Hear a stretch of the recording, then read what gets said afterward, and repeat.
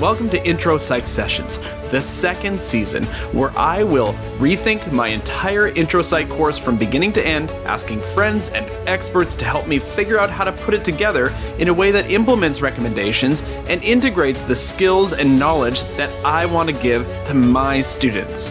And who better to join me on this adventure, co-hosting the series with me, than Dr. Regan A.R. Gurung. This is Intro Psych Sessions Season 2, and I hope that these conversations will help you as you think about your students and your own intro course. Let's get to it.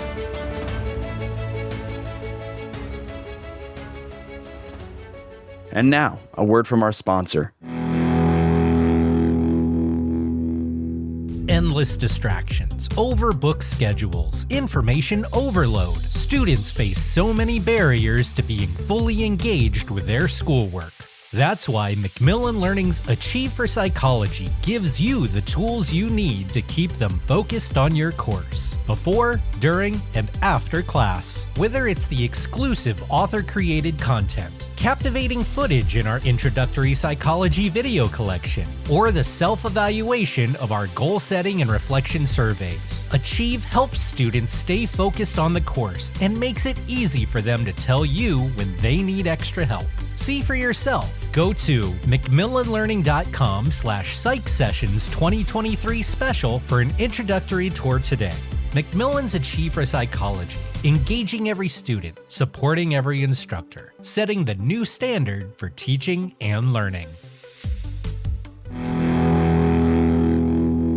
Aaron, I don't know how much you know, how much setup Garth gave you, or how much of it you remember, but this is, I just love the fact that this is an opportunity for us all to focus on Garth. And not just Garth, of course, but focus on how Garth is doing what I think many of us want to do very often, but never have the time to do or take the time to do. And, Garth during sabbatical is doing this wonderful, as he likes to term it, blowing up the way he teaches intro psych. And I know we have many colleagues, especially after the APA, IPI work came out, who are really looking at their courses and going, gosh, this is the time to really shake it up and do something different. And so that's what Garth's doing. And you'll hear more about some of his innovations that we want, to get your take on. But one of the things we really want to tap into is, you've done such strong work on skills. And I think so far too often conversations about teaching intro psych are content related. But, you and Karen in particular, have done such wonderful work on skills. How about we start off by saying, when you think of the intro psych course and blowing up a course in the light of both the new APA, IPI, and particularly your, last few years of work on skills, what are some of the things that you change or would change design-wise, and how you look at that course? Yeah, I think that, intro psych is interesting in terms of like a general education requirement as well. And I think that the work that Garth Neufeld and Stacy Spencer and so many other people and myself have worked on, I think you can actually incorporate a lot of the skillful psychology student into intro psych that both align with general studies, APA kind of goals, and APA guidelines, and IPI kind of goals and guidelines too. And so I think that the skill stuff, it's interesting because there's the age-old question about intro is, what do I not cover? Right. And so, because there's just so much content in that course. And Karen's a really good advocate of melding content with skills. So I think the big thing that a lot of people hear about skills is that, I need to teach the content and I don't have time to focus on the skills. I think there's a way to teach both at the same time. So if you teach the underlying content, say it's a social psych construct of persuasion or something like that. There are skills embedded in each of those content, whether it's foot in the door, whether it's fundamental attribution error, whatever the case may be. I think that you can align those with the 16 or 17 different skills that the Skillful Psychology student outlined. And so I think that's part of it. I think aligning with general studies is part of it. I think it's also going back to what Sufran says is, what are my students going to remember in 5 years? What are they going to remember in 10 years? Right. And so if you can align content with the skills, I think if they actually do the skill based off the knowledge of the content, that's what they'll remember in 5 years. So, and Regan, you've done some research. You're one of the few people I think who've done kind of longer term studies with students going back about like, what do they remember? And the data is not great. But it's, we don't have a lot of research on, what do intro psych students remember 5 years from now or whatever. But Aaron, I couldn't agree more. And I think Regan would too. I know Regan and Eric, they kind of sometimes have this kind of playful banter about skills and content. But I do think that we all agree that content is essential and skills is essential. And I think we would also probably agree that skill development, by nature of what it is probably, it probably gets carried forward a little bit more easy than just the content itself, content knowledge, right? So, I'll just tell you, Aaron, that, I have let's call it a 10-week class. It's 11 weeks, but I have a 10-week class and it's a quarter system. It's 4 hours a week with my students in the classroom. I am trying now to bring more activities into the classroom. I'm not doing anything new, right? It's just, I've been doing the old things that I used to do for a long time. So, but a lot of what you're talking about is how am I going to bring that skill development while we're covering operant conditioning or while we're covering, whatever fundamental attribution error. Which skills can I weave in there? Now, if folks don't know what we're talking about, go to Google and just Google APA and Skillful Psychology Student. You probably don't even need the APA part. Skillful Psychology Student. Mm-hmm. You'll get an awesome PDF. Did you say there's 17 skills there, Aaron? Mm-hmm. Okay, mm-hmm. 17 skills. Yep, 5 domains, 17 skills. Okay, so here's my question, because this has been on my radar forever. Hold on, let me finish my previous thought. At the end of each week, Aaron, I'm going to be doing some assessments based on the week's content.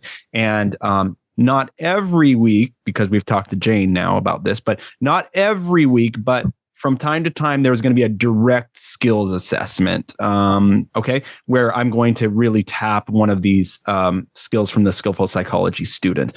Now, this is for the document that you all created. It is for kind of psychology students at every level.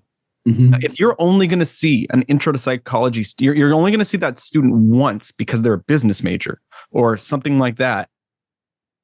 I don't think it is wise to try to get all 17 of these going with, I can see all kinds of problems with that. What do we do with that for introductory to psychology? I could see if they're in your psych program and they're going to take 10 classes in the undergraduate curriculum, that you could kind of build these in and even, scaffold them or whatever. But for the intro psych student, Aaron, what do we do? I'm thinking, I think it depends on going back to like Regan's 5-pillar model in terms of what kind of area or focus of content that you look into. If you're taking X amount of items out of social, X amount out of developmental, how do we thread research methods? I think research methods is an easy one in terms of the Skillful Psychology student. So if you say 5 to 10 of those individual skills in the Skillful Psychology student, some of those really overlap with that in the pillar model, that undermining or supporting role of analytical thinking, critical thinking, research methods, that kind of thread throughout, right? I think so. If you target 5 to 10, depending on what content you're selecting, I think you can easily get away with that. I think that's a good start. I think the other thing too that you already said is something about what Jane had said about assessment. So when we did IPI in our group, Eric Landrum and Jen Thompson and several others, we came up with really kind of the psych student taxonomy. And so if you're talking about assessment, there's kind of 3 phases, and that's the psychology student as a scholar, the student as a consumer, and the student as a producer. I don't think in intro psych you're talking about student as a producer. I think you're limiting to student as a scholar so they understand the content, and then student as a consumer. And that's where I think the skills comes in, right? And so if they're consuming, say, they know a little stats knowledge and they're consuming what it is of standard deviation or standard error. And they see a poll with a standard error of 15 points and the margin's only 2 points, right? They understand that doesn't really mean much, right? That's a skill. That's analytical, critical thinking. It's quantitative reasoning, right? But it's also something that could be possibly taught in intro psych. So I think when you do the assessment, you can layer skillful psychology students as students as consumers in that taxonomy of assessment. And so if you're doing those, say, once every other week, that's what you would really target. And I think it goes back to doing a curricular map of the class, right? So where am I going to introduce skills? Where am I going to introduce content? I mean, obviously content's in everything, but how do I overlay those skills onto that? And then from there, how do I assess them as consumers? Probably not producers, but as soon as we reach into that Bloom's taxonomy of application, we've moved, I think, from content to skill development. What do you think, Regan, students as consumers, is this a nice way to kind of frame skills assessment? Well, I think it's the best one. We've talked about hooks, and Garth, you have that wonderful hook column in your redesign, and I think it's one of the best hooks because I think with all the stuff that's out there right now, being able to be a good consumer, I have found in my many years of teaching intro and teaching research methods that's the best hook you can have is showing people how to do it, and it's something that's gotten even more important now it's just so easy to find research out there that has, let alone not been published. It's somebody's blog and, somebody sharing it without any validation whatsoever. So I think that's really is just a great hook. And of course it's in there. And when I look at the APA, IPI, student learning outcomes, I think that's the part, really you can divide it up into 3 categories, right? There's the content stuff in SLO 1, there's the empirical research stuff in SLO 2, and then there are the themes. And I think it's those themes that, some of the skills that you learn for 2 can be useful in understanding the themes. But, I think that's where, Aaron, I'm going back to what you said about, what Karen does about blending the content and the skill. I think, using those themes, that's where I find one of the challenges is, how do you integrate the themes and the skills well? What are some good assignments to do, that kind of work? And of course, there's the classic, the skill of reading research and making sense of empirical data, that's the way to go. Well, I like this thinking through that psychology student as consumer model is much more accessible to me as an intro site where I'm at in rebuilding the course than is this beautiful document. Now, one of the things that you could look at these 17 skills and think, oh my gosh, this is overwhelming to think about. How am I going to lay that with the pillars, with the content, with the values that I have for this course? How am I going to lay? And that's the challenge of the course, right? But so many of these things students are already doing in your courses, right? They're already doing little oral presentations at the beginning of a class, or they're already writing and getting feedback on that. Well, you've knocked out the communication, and you're already knocking out the communication kind of value in this skillful psychology student document. One of the things that I want to make an effort, because I think students have kind of told me that this is important to them, is, and this goes back to actually a research methods textbook that I use. It's the Goodwin one. I don't think it's one of the greatest ones. I think it's fine. I don't think it's one that everybody uses. But one of the things that they do is at the end of, I can't remember if it's at each chapter, if it's at the end of the book, they say, here are the skills you developed And you should take these with you. And I tell them, use them on your CVs, use them in your interviews, use them for interviews for the workforce, use them for interviews for grad school. I want my students, and I'm going to have them do this in Intro Psych, to identify these skills and tell me how they're using them. I mean, Aaron, that speaks to a little bit to metacognition, which I know that you have done a lot of work on. What do you think about this? I love the idea. I just had a conversation, probably not just, it feels like I just had a conversation with Stacy Spencer. And one of the things that I definitely redesigned my capstone course based off of a model that she uses in Massachusetts. And one of the assignments that I think you can incorporate into Intro Psych to a certain degree is I have them create a LinkedIn account, and then I actually have them ask me to endorse skills that they have demonstrated in the course. Interesting. I know in a class of 300, that's going to be pretty problematic. I know that in large classes, that might be a little bit of issue, but you could provide snapshots of how this course has developed a skill that they can incorporate into their LinkedIn account or their Indeed account or whatever the case may be.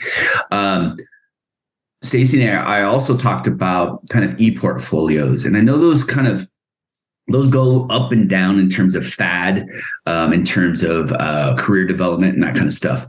But having some type of artifact, classroom artifact assessment, maybe a writing sample that demonstrates a skill or a content knowledge that you as the instructor says, hey, in this Intro Psych class, and you did this, I have my students do a Mythbusters assignment, right? Where, they go in and they demonstrate a lot of things. They demonstrate scientific literacy, they demonstrate psychological literacy, all that kind of stuff. I use that Mythbusters as an artifact of skill development. And I tell them, I think that's a big thing about skills.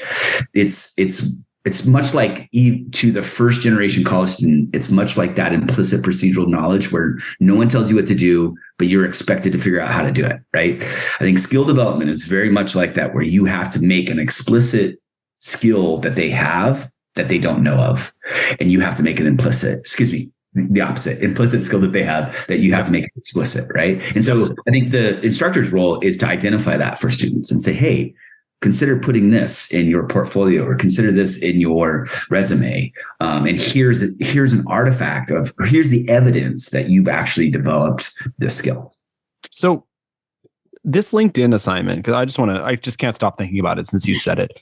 Do you think this is something you do in Intro Psych? Like I said, I think you could. I think so Stacy does it in there's a career course over 3 courses. It's crazy. It goes from, I think, the sophomore level through senior level. And they integrate research methods into it a little bit too. I think you could do it on a small scale. I definitely think that can you imagine that if you have a general studies course like Intro Psych and they put in 3 entries, 2 entries into their Indeed profile or their LinkedIn profile that says, in this class, I demonstrated these communication skills or these written skills. For me, I'd be like, as the instructor, I just drop the mic, right? That goes back to Sue's point about what do I have 5 years later? You have evidence 10 years later, what you did. Gosh, I'm so inspired by that. Regan, what do you think about that? Yeah, that actually makes me think about, Aaron, a couple of the papers that we've done on the APA IPI, right? Mm-hmm. I mean, that all of us have done, where one of the measures is to what extent do you have these skills, right? And this is just a different operationalization of that. But even there, for those of you listening who are thinking, gosh, how do I know whether I'm getting at these APA learning outcomes? Be direct. I mean, in my assessment at Oregon State, we do a pre-measure and a post-measure of the APA SLOs. And I try to move the needle. And the good news is the needle moves, right? But that, I think the LinkedIn is such a great connection to that, where you look at some of those SLOs, and connect them to the associated kind of skills. I do want to add one thing here, though. Many of these skills at first blush, it's difficult for the novice, right? And just like writing, there's a lot of research on how developmental writing assignments are more, are more effective.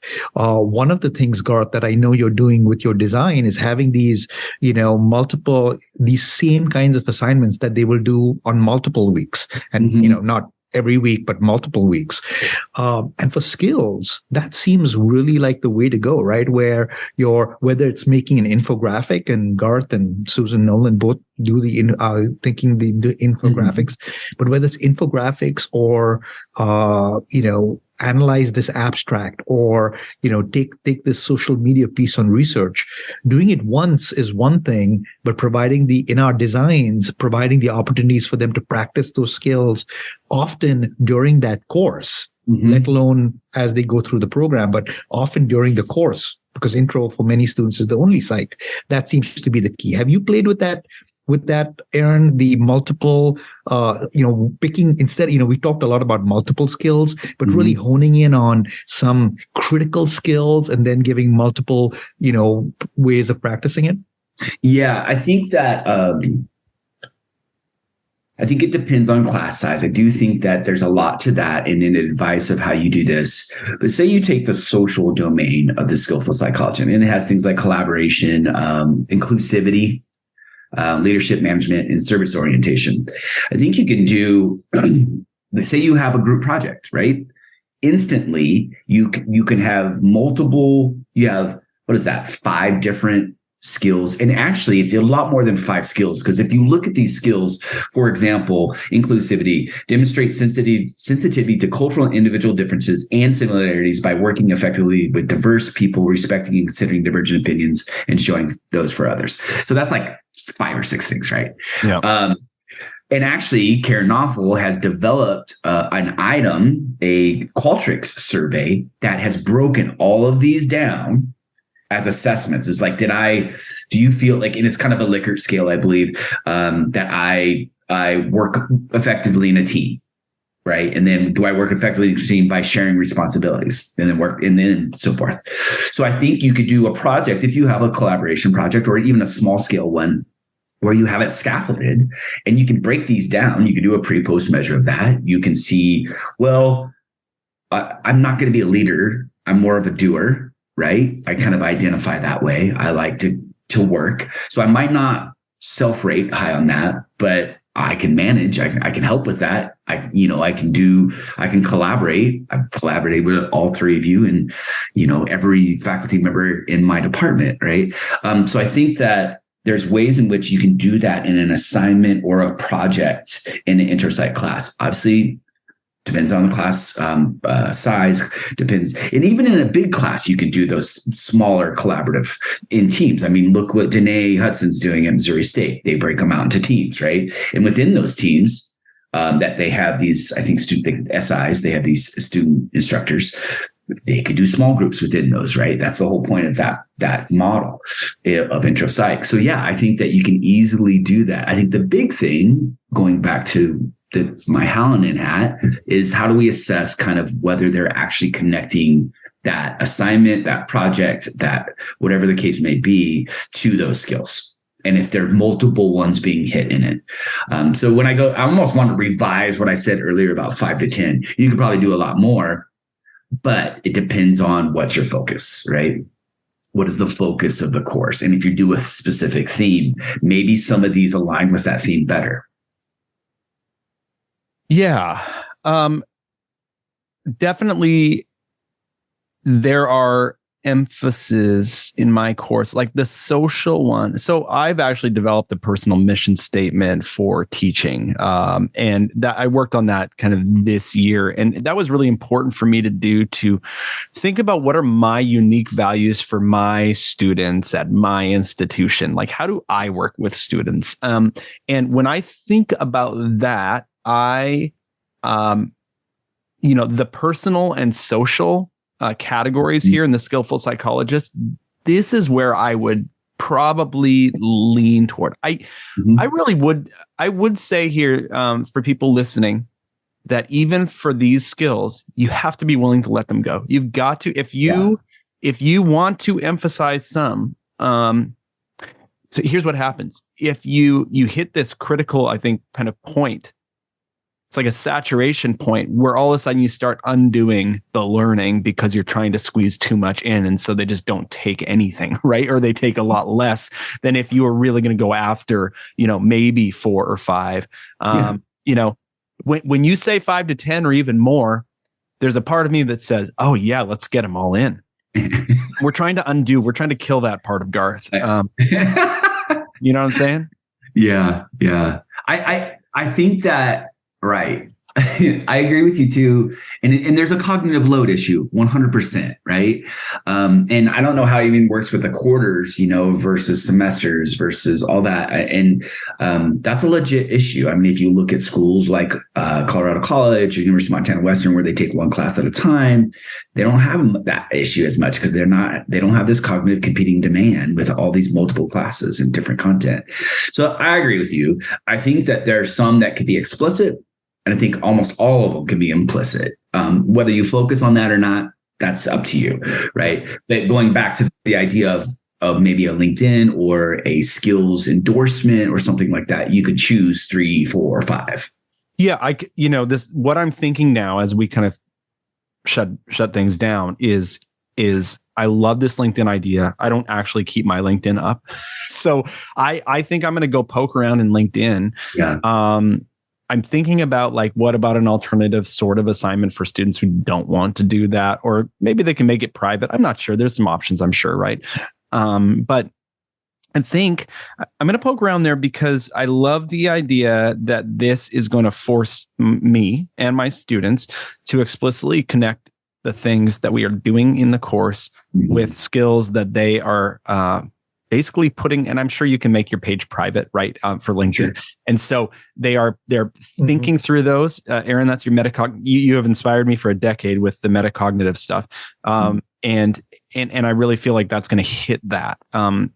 Any feedback as I'm thinking through that? Any feedback as I'm going that direction?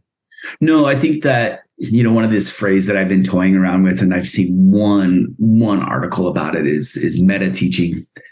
And I think the big thing about all of what you're doing, that's what you're doing right now is actually meta teaching, right? So you're really thinking at a higher level, all these different components, how do they mesh together? So in terms of skill development, I think, what you would do, and I think your question or your observation of limiting the chunks of information, right? That magical number of 7 plus or minus 2, right? Which is debatable, but right, those chunks, right? I think that's a great meta outlook to it. And so in terms of skills, what I would say is, okay, I want to hone in personal, I want to look at self-regulation. And a big thing for me right now is adaptability, right? Like that's actually one of my teaching philosophy tenets is adapt or die. As a teacher, right? And you can't just do it as you learn. You have to figure out what students are doing. And so if you choose 4 or 5 of those, how do those map onto IPI SLOs, right? How do those map onto some of the APA guidelines? How do those map onto your general studies? Like if you look at ACUE and E, like how do they map onto a lot of those, right? So you can maybe that's not the best phrase, but you can kill a lot of birds with one stone, right? And so I think you can really, but you have to think at it from a metacognitive level of what you're doing right now, which is awesome. Yeah. So I totally agree with you, limit it, but I think you could also meld and sneak ones in where they may or may not know, but they're still getting it. Right. Getting it at a different level too. Yeah. And to your point, Regan, earlier in an earlier conversation, just being explicit with students as much as possible, not only in directions of what we want them to do or accomplish, but also in what they are doing, right. And kind of standing as that observer. Just as a anecdotal evidence, I've had feedback in that capstone course about that LinkedIn. And there's been a few because LinkedIn can be a little bit of a social media kind of platform too. So I get that. But overwhelmingly, I've had the way I've redesigned that course based off a lot of Stacey Spencer's work. My students basically say, I don't understand why my entire program is not designed this way. Like they're like, why am I getting this now in a capstone course versus in intro psych, in my first stats and methods class, my intro to social, my intro to developmental courses, and because it literally you're providing the cognitive map for your students from both the content and skills perspective. That's so good, Aaron. Thank you for your time today and your expertise. I think you are going to be our final guest, and that kind of wraps this up, actually. So we did a lot of talking with a lot of people to this point. Regan, yeah? Yeah, absolutely. I mean, what great stuff to do for those of us and where we are at this point in time before starting class, Right. It's just, I have my syllabus right here next to me. And after every one of these conversations, I'm, make little notations here and there going, okay, tweak this, tweak that. So yeah, I'm literally right before this, I'm working on a couple of my classes for the next semester, and both my syllabi are on. I have 4 screens, right? So they're all up, and of course you have 4 screens. Unbelievable. It's my ADHD. I know it is. I didn't want to say it, but that's fun. Like this, hey, it works for me. I figured out how to make it work I think I'm all right at it. I love it. Aaron, thanks again, and take good care. Have a great new year, and we'll hope to see you soon. All right, you guys, thanks for having me on. I appreciate it. Take care.